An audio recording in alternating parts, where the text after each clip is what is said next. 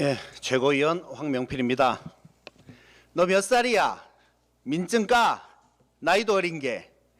술 취해서 시비 붙었다가 사실은 겁먹고 쫀 사람이 마지막으로 꺼내는 게 나이죠. 그걸 국회에서 볼 줄은 몰랐습니다. 나경원 의원이 너 몇 살이야를 말하기 위해 초선은 가만히 있어를 외치더군요. 술 먹다가 쫀 동네 아재도 아니고 갑자기 웬 선수 드립입니까? 낮술 드셨습니까? 주진우 초선과 신동욱 초선은 자당 중진호 의원의 말이라 합주기가 된 것 같던데 옆에 앉은 곽규택 초선은 눈치 없이 계속 떠들더군요. 떠든 사람 곽규택. 다들 우리 박은정 의원에게 많이 쪼셨나 봅니다.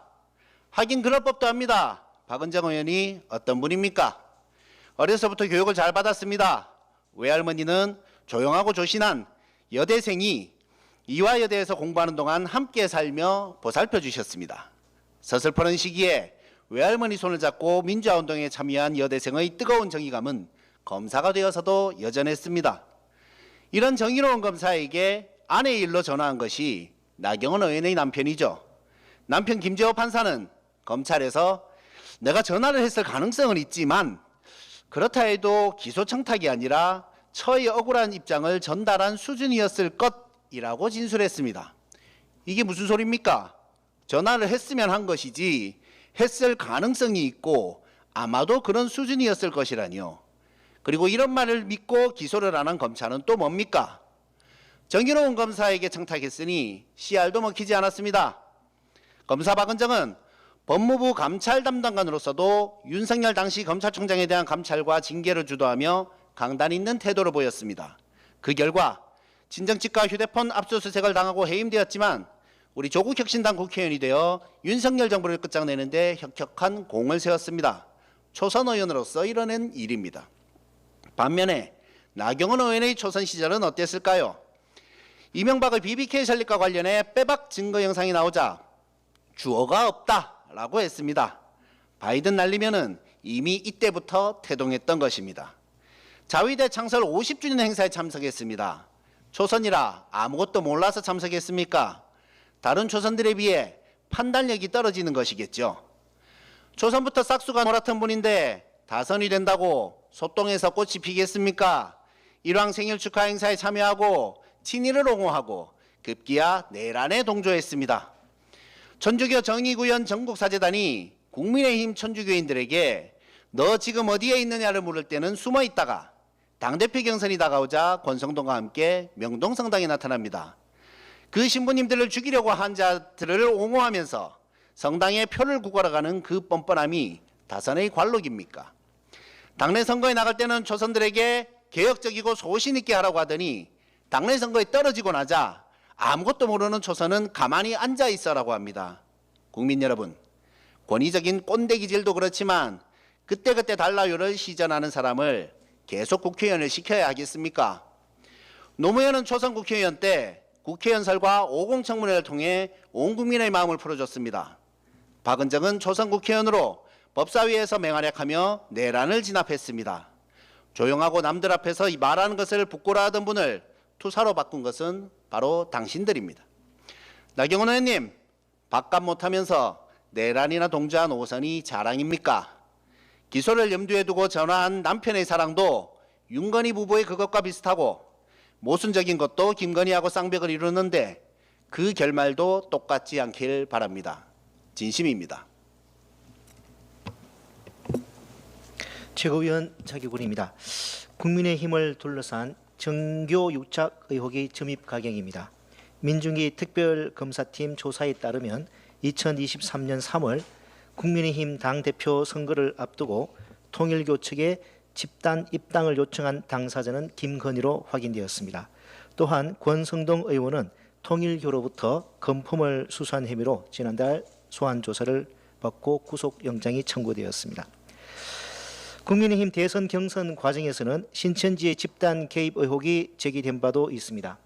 전광훈 목사는 국민의힘 유력 정치인들을 광장에 줄 세우며 정치적 영향력을 행사해 왔습니다. 정치와 종교는 그 원리가 다릅니다. 종교가 하나의 신념으로 일치된 세계관이라면 정치는 이해관계를 조율하고 관용과 자제, 더 나은 결론을 위한 다양성의 세계관을 기반으로 합니다.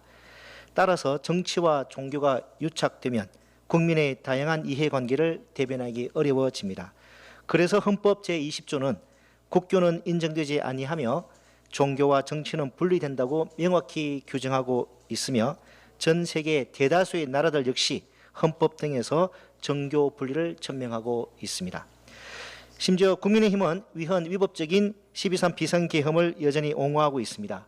새로 선출된 국민의힘 최고위원은 헌법재판소의 탄핵 선고를 부정하고 윤석열과 김건희를 석방해야 한다고까지 주장하고 있습니다. 국민의힘에게 묻고 싶습니다. 당신들은 정말 자유민주주의를 위한 정당이 맞습니까?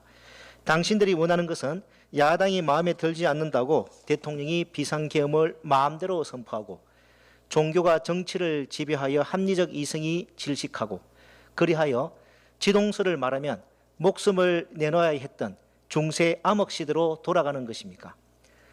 헌법 질서를 파괴하는 역사 퇴행적인 정당이 제1야당으로 국회에서 버티고 있는 현실은 시민들의 합리적 이성과 자유에 대한 심각한 위협입니다. 묵과할 수 없습니다. 민주주의 회복의 시작은 윤석열 탄핵이었지만 그 마무리는 머리부터 발끝까지 위헌으로 점철된 국민의힘 해산이 되어야 합니다. 과학과 합리적 이성에 따라 지동설을 믿는 조국 혁신당은 천동설을 신봉하던 중세 암흑 시대로 돌아가려 하는 위헌적 정당 국민의힘을 반드시 심판할 것입니다. 이상입니다. 최고위원 이혜민입니다. 부정선거, 지난 12.3 내란의 밤 계엄군이 출동한 곳 중 정말 뜬금없는 곳이 바로 중앙선관위였습니다. 내란 핵심 비서인 노상원이 부정선거가 있었던 것처럼 조작하기 위해서 선관위 직원들을 고문할 계획까지 세웠다는 정황도 드러났죠. 노상원은 위협하면 다 말하게 돼 있다며 야구 방망이와 망치 등을 준비하도록 지시했고 선관위원장에 대해서는 자신이 직접 신문하겠다 전해집니다. 이렇게 끔찍한 행동을 해서 이루고자 했던 목표는 분명했습니다. 바로 부정선거가 있었던 것처럼 조작하겠다는 것입니다. 이렇게 계엄군을 투입하고 고문을 계획해서 거짓 자백을 만들어내야만 근거가 생기는 것이 바로 극우 세력이 신봉하고 있는 부정선거론입니다. 결론부터 말씀드립니다. 부정선거라고 말할 수 있는 어떠한 과학적 근거도 없습니다. 그런데 최근 언론 보도에 따르면 고등학생 10명 중 4명이 개표 부정을 믿고 계엄에는 반대한다는 설문조사 결과가 나왔습니다. 민주주의 제도 자체에 대한 불신이 이미 청소년 세대까지 번지고 있다는 것인데요. 어디서부터 잘못되었을까요? 대법원도 이미 근거가 없다고 판결한 부정선거 의혹을 학생들은 왜 믿게 되었을까요? 그 배경에는 유튜브나 틱톡 또는 커뮤니티 등의 플랫폼을 중심으로 늘어난 혐오, 차별적 콘텐츠가 있습니다. 특히 극우 유튜버는 자극적인 언어와 왜곡된 주장을 끊임없이 반복 노출시키며 청소년들을 극단적인 사고로 몰아넣고 있습니다. 이 자극적인 콘텐츠는 사실 조회수와 광고 수익을 노린 단순한 계산에 의해 움직입니다. 극우 유튜버들이 내놓는 것들은 어떠한 사실 전달이 아니라 철저히 이해관계로 제작된 컨텐츠입니다. 우리가 그 컨텐츠에 소비하는 시간과 관심이 곧 그들의 돈벌이에 이용당하고 있다는 점을 잊어서는 안 됩니다. 이번 조사 결과를 학생들의 치기 어린 반응이나 단순한 반항으로 치부할 수는 없습니다. 오히려 플랫폼 기업이 손을 놓고 있는 사이 어른들의 돈벌이에 이용되어지는 청소년들을 돌아봐야 합니다. 그렇게 확산되는 극우의 대중화를 구체적으로 경계해야 합니다. 여야를 떠나 정치권 모두가 책임을 져야 하며 국회는 극단적 혐오 콘텐츠와 가짜뉴스 문제를 근절하기 위한 제도 개선의 속도를 내야 합니다. 그런데요, 무엇보다 이 문제의 뿌리는 국민의힘입니다. 부정선거 의혹을 우리 사회에 심고 민주주의를 극우화로 끌고 간 국민의힘은 더 이상 대한민국의 보수가 아닙니다. 내란을 청산하지 못하고 도로 내란당, 극우 정당의 길을 택한 국민의힘은 이미 회생 불가한 집단입니다. 조국혁신당은 수차례 법무부에 국민의힘 위헌정당 해산 청구를 촉구해 왔습니다. 이성을 잃고 자정력을 상실한 국민의 힘이 사라지는 것만이 헌정질서 훼손을 멈추는 방법입니다. 조국혁신당은 민주주의를 지키고 미래 세대를 보호하기 위해 끝까지 최선을 다하겠습니다. 이상입니다.